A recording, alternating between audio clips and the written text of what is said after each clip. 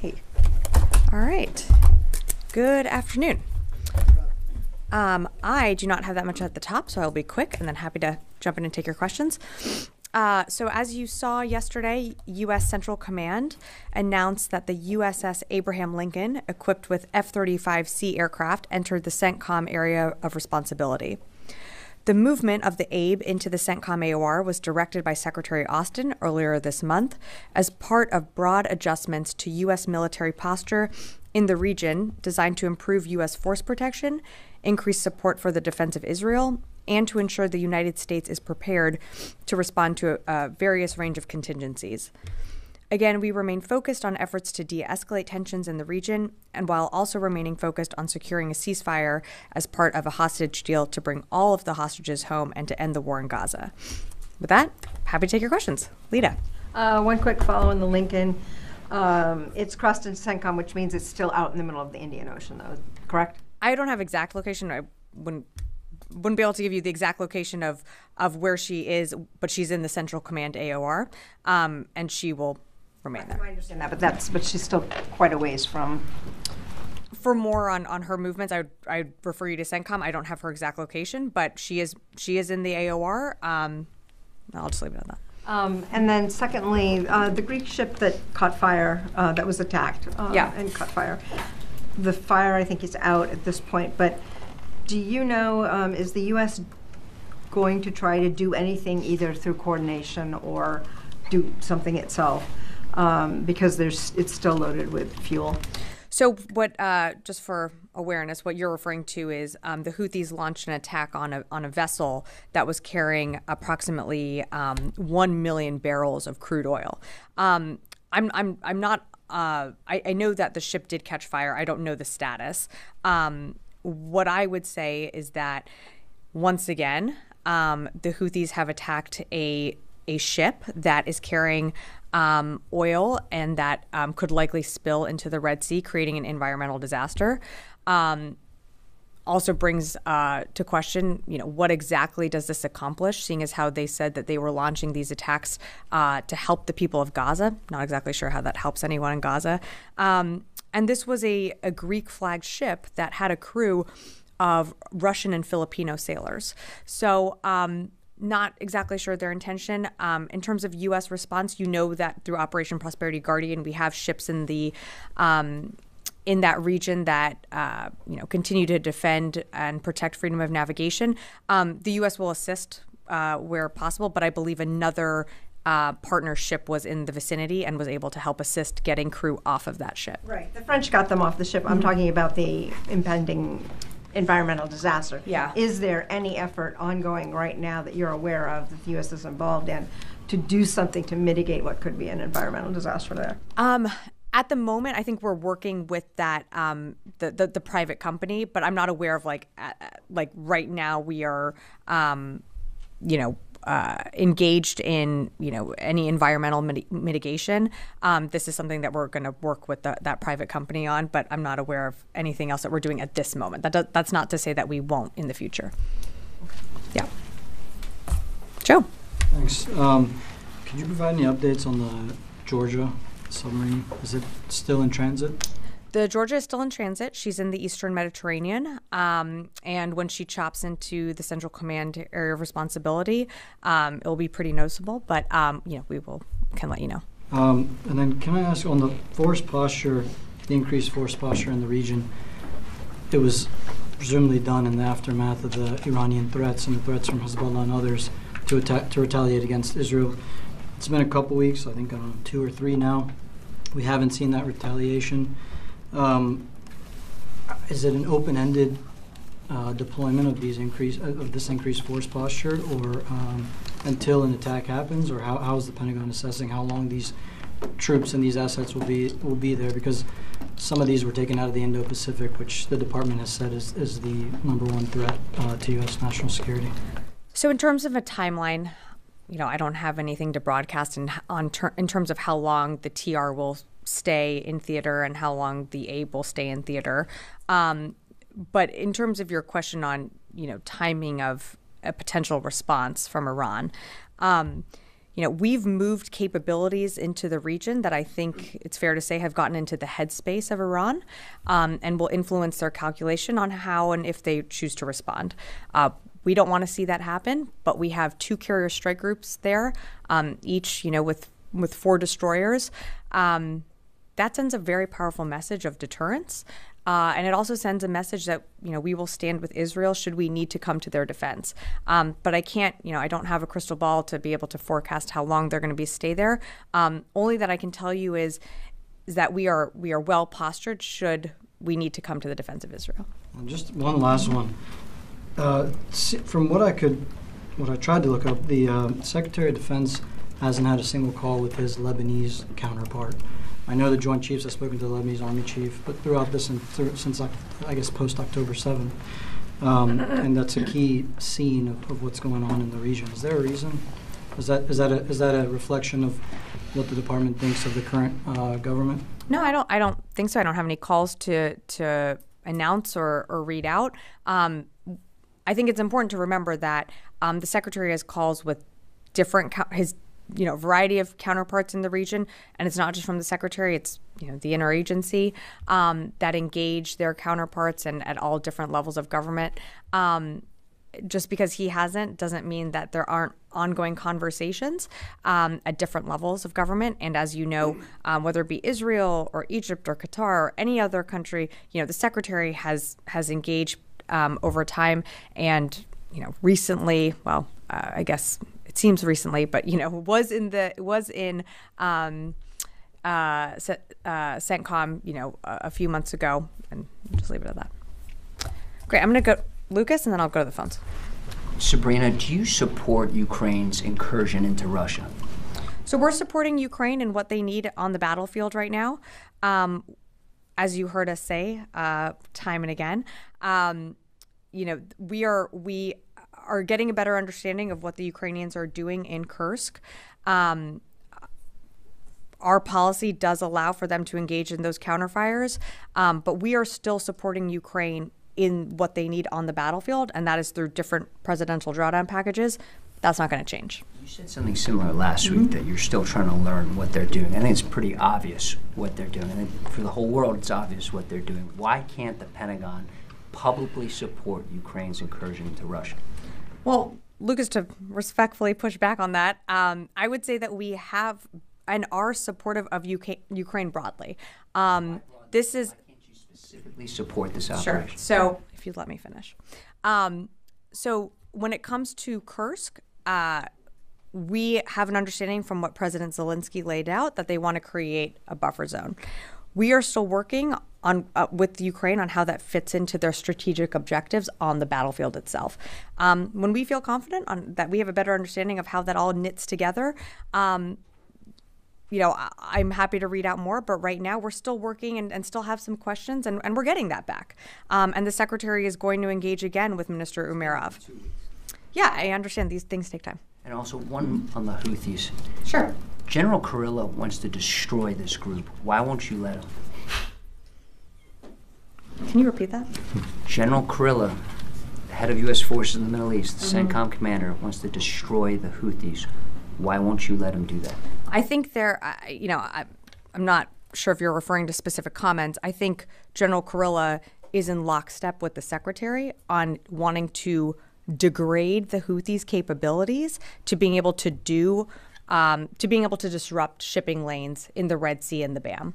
And General Kurilla has done an incredible job of bringing together and leading a coalition of like-minded nations to degrade the Houthis' capabilities. And you're almost seeing them doing that on a daily basis. And it actually has degraded the Houthis' capabilities. Attacks keep happening. We now have an environmental disaster in the making. You said 1 million tons of oil is about to be dumped in the Red Sea. This is a big problem.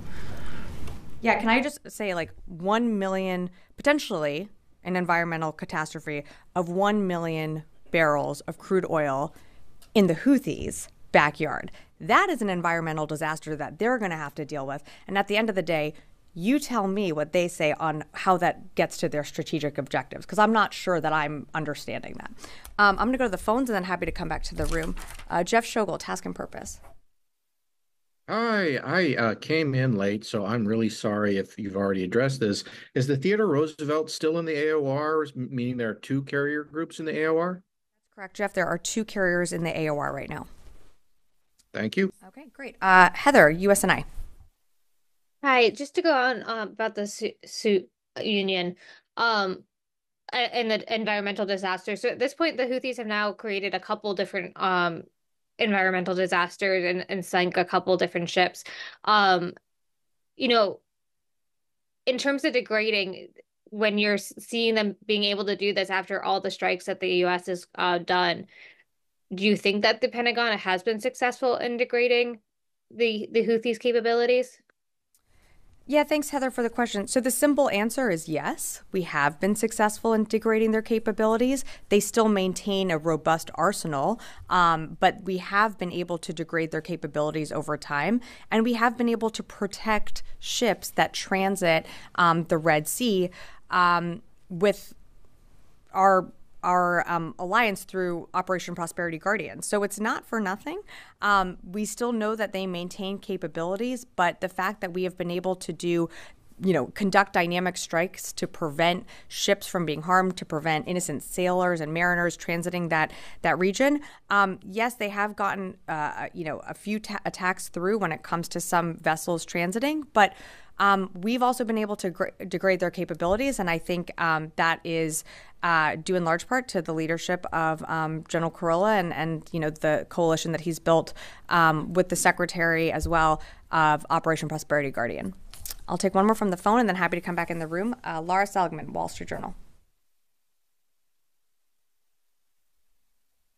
Laura, are you there? Hey, sorry for that delay. Just unmuting myself. A couple questions following up on the Kursk incursion. First of all, what is DoD's understanding is the strategic goal of the Kursk incursion? And then secondly, has the use of U.S. weapons in Kursk violated any U.S. policies? Yeah, thanks, Laura, for the question. In terms of their goals, I would direct you to what President Zelensky said a few days ago, which is our understanding is to create a buffer zone. We do have some more questions on that. We are trying to understand more on, how that knits into their strategic objectives on the battlefield. And in terms of your follow-up, our policy does allow for Ukraine to conduct counterfires to defend itself from Russian attacks coming over that border region. And that border region does include Kursk. It does include Sumy. And so they are defending themselves from Russian attacks within that region. All right, happy to come back in the room. Oren. Two questions. One on Ukraine. When you're talking about a buffer zone and Ukraine tells you that's what they're creating or says openly that's what they're creating, is there a limit that you have placed on the Ukrainians on how big that buffer zone can be? How wide of a buffer zone are they going for? That's something that we continue to work with them on exactly what are their strategic objectives on creating that buffer zone and how, if they plan to expand.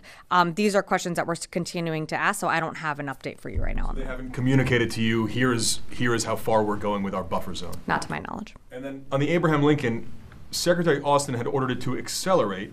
It's now in the AOR. What was its original arrival date supposed to be, and how much time did the acceleration cut off? How much faster did it get there? Yeah, so I'm not going to get into timelines and specific dates, but what I can tell you is that in transit, Indo-PACOM had set up a few stops that were in the pre-planning phase that the AIB was going to engage on, and those were pulled down so that she could have an expedited in-shop into Central Command. Goyle. Thank you, Madam. Two questions, please. One, tomorrow morning, Defense Secretary, of course, will be welcoming the Defense Minister of India, Mr. Rajnath Singh. So much going on in the region in South China Sea and all the conflicts going on in Bangladesh, conflict going on in Pakistan, and also China's expansion in the region going on. So what do we have new now between the U.S. and India military-to-military relations when Secretary Lloyd Austin welcomed him tomorrow here at the Pentagon? So as you mentioned, it's happening tomorrow. So I'm not going to get ahead of the secretary. We will have a readout. There will be a range of issues discussed. I have no doubt they will be discussing the close coordination and partnership when it comes to the Indo-Pacific, and our shared goals of maintaining and keeping a free and open Indo-Pacific. But I'm just not going to get ahead of the secretary. And once that meeting concludes, we will have a readout. Madam, before my second question, how the two leaders are getting together?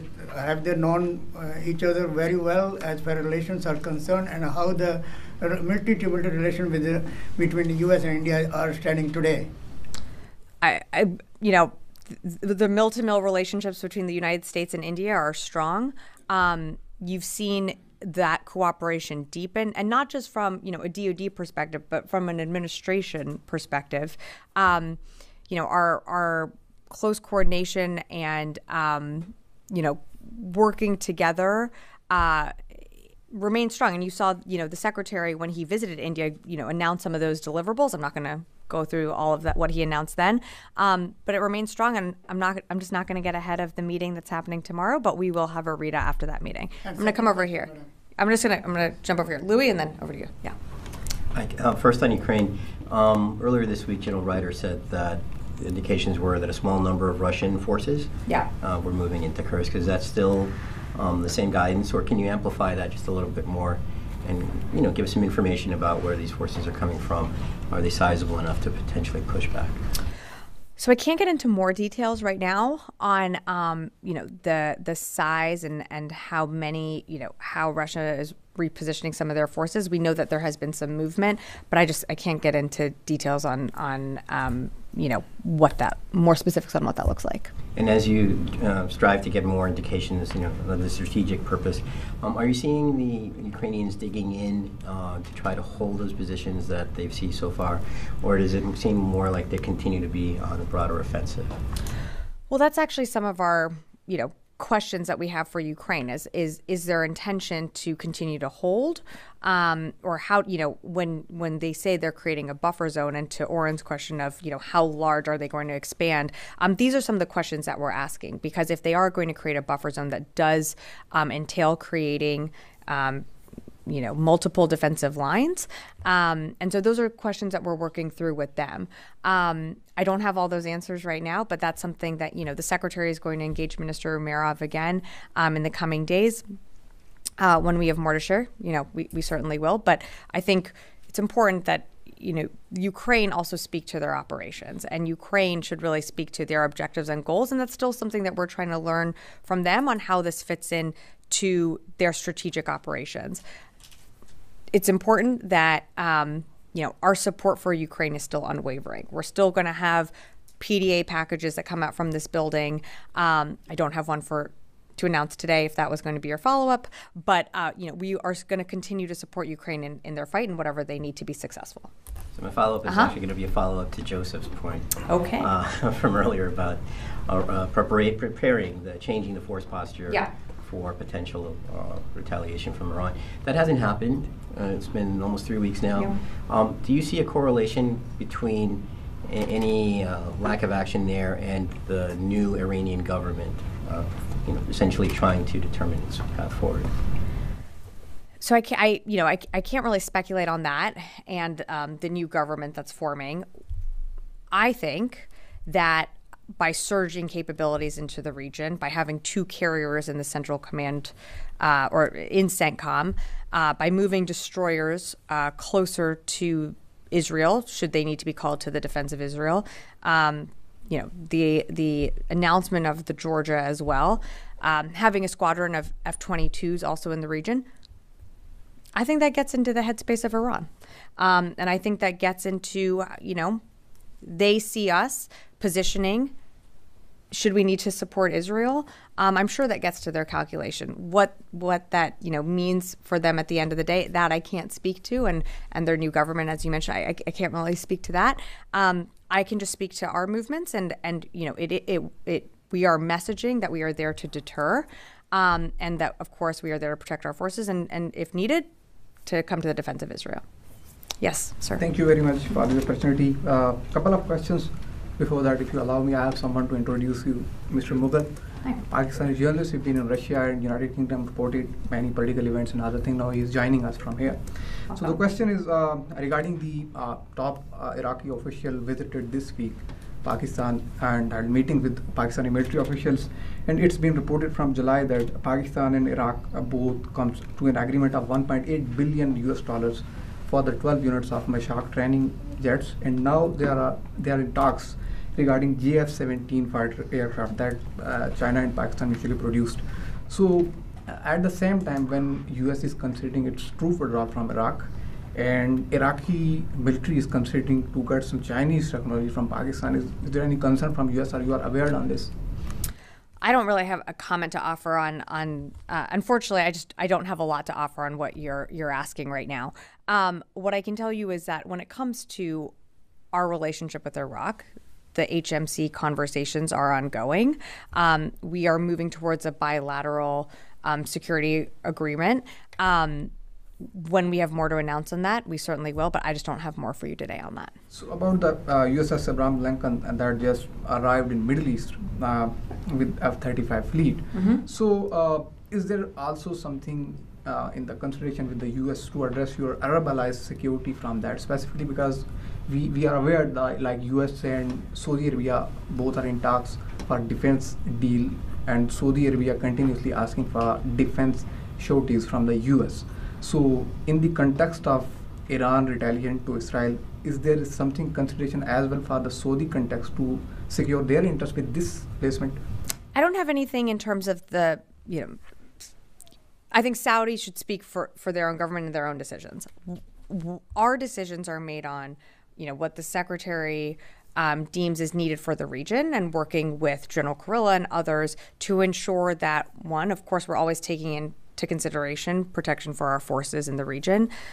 Two, we do not want to see, we know that tensions are high, we want to see a de-escalation of tensions in the region. Three, we're also sending a message that, should we need to do what we did on April 13th, we are even better positioned than we were then to come to the defense of Israel. Again, we don't want to see it get to that level. We want to see tensions de-escalate, and the best way for us to see that happen is through, seeing the ceasefire deal come to fruition. Our teams are working hard over there right now to see that be put into place, and we want to see the hostages come home. Just a little on the high-level military mission you in the Iraq. So with the ongoing possible Iranian retaliation, is there any changing about the U.S. troop withdrawal talks or something that was in process, something in consideration? The HMC conversations and dialogues continue. I'm not going to speculate on what a future attack could do to those conversations. Yes. Yeah, thanks so much. A few days ago, General Ryder said that if we see any real threats from ISIS based in Afghanistan, we will take an action. So the Taliban officials claim that they eliminated Daesh or ISIS in Afghanistan. My question is that are the Taliban a partner with the Pentagon or with the U.S. government in terms of fighting Daesh or ISIS? So the U.S. has a global coalition to defeat ISIS. The Taliban is not part of that. The U.S. works with like-minded partners and allies when it comes to to ensuring the defeat of ISIS. I don't have more for you on to anything additional to offer. I'm going to go to Constantine over here. Yeah. Thanks. Thanks, Sabrina. CNN is reporting that the Army is looking to contract some boats to take 3 of the Army JLOT ships back to the United States. Can you speak to why this is necessary? I would refer you to the Army. I don't have anything on that. Thank you. Yeah. No. Can you give a JLOTS update more broadly, Sure. Specifically where the aid is that was left to be delivered? Sure. So in terms of JLOTS, I think I read out, maybe it was last week, but we do have some of our soldiers and sailors that have returned back CONUS. We still have about 6 million pounds of aid that remains on the Cape Trinity. The Cape Trinity just recently left Cyprus and is moving towards Ashdod. We're hoping within the next couple days you're going to see aid roll off the Cape Trinity, and then when that happens, the Cape Trinity would be redeployed. But that's our latest update. Thank you. Jim. Back to Ukraine. So have you guys seen that the Russians, are they pulling folks out of the Donbass? Because that offensive is still going on. And is the Kursk operation having any effect at all on the Donbass? So, in terms of where Russians are repositioning some of their troops from, I can't really speak to that. We know that there has been some movement, but, really that's not for us to speak to. I think when it comes to your second question, it remains to be seen how Kursk impacts the East. That's something that, we're still trying to get a better understanding from the Ukrainians on the long-term goals in the region or in that area, and also understanding how that fits into their strategic operation. So, that's still something that we're working through, and I just don't have that answer for you on how that impacts the East just yet, because I don't think we know. Is that one of the things that the Secretary is asking his counterpart? I won't go beyond the readout, but you can believe that the Secretary is asking a lot of questions. Yes, one here, and then I'll go to Liz. Thank you very much, Sabrina. Russian President Vladimir Putin has visited Chechnya after 13 years. How do you see this visit, especially in context of Ukraine advancing into Russian territory? Is it a backstep of Russia, or is it a victory of U.S.-led Western Bloc military strategy that Chechnyan group has been supporting Russian army? So President Vladimir Putin has visited it after 13 years. So is Russia on the back foot right now? I think you're seeing Russia continue to recruit and amass a force, and they have that ability to do that. I can't really speak to this visit. I'm sorry, I just don't know enough about it to really comment on it. But what I can tell you is what we're doing, and what we're doing is supporting Ukraine. And you have the Secretary leading the Ukraine Defense Contact Group almost monthly. You have 50 nations coming together to support Ukraine. So that stands in contrast to some of the friends that Russia is turning to when it comes to procuring either security assistance or, whatever it might be. That stands in strong contrast to, the 50 countries and like-minded nations that are supporting Ukraine every single day in their battlefield needs. Liz, last one. Thanks, Sabrina. We have Liz and Lucas in the room today. Yeah, okay. tag team. With questions. Moving back to the Houthis, why does the U.S. not have a larger presence in the Red Sea and Gulf of Aden? Because the Houthis are still having successful attacks. So I wouldn't say that we don't have a presence. We still maintain a presence in the region. And it doesn't, just because the United States might not have a destroyer in the Red Sea, doesn't mean that we don't have other partners operating there that are either part of Operation Prosperity Guardian or operating on their own. So I think it's important to remember that this is a global coalition and it is a global problem. And it's not just the United States that is there to defend shipping lanes and to ensure freedom of navigation. It is on all of us. And that's what you're seeing, other countries come to the rescue and support of crews who, were hit by the Houthis, earlier this morning. Another country's ship helped rescue that crew. So the United States will always adjust its force posture there. But just because we don't necessarily have a presence in that specific strait doesn't mean that one of our partners or allies doesn't. Thanks. Just a quick follow-up. Since these attacks are still continuing and the U.S. hasn't been able to deter the Iran-backed Houthis, how is the U.S. supposed to deter this potential attack from Iran on Israel? And yet I just got questions about why hasn't Iran attacked yet? And I would almost say is deterrence working? I can't speak for Iran. The Houthis continue to engage in their, unlawful attacks against innocent mariners.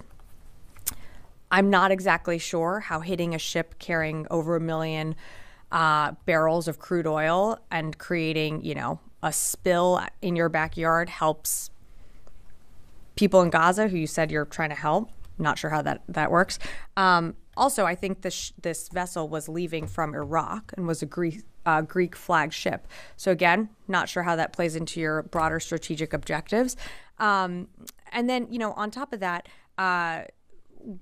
what does that accomplish? You sunk a ship in your backyard and now you have potentially an environmental disaster.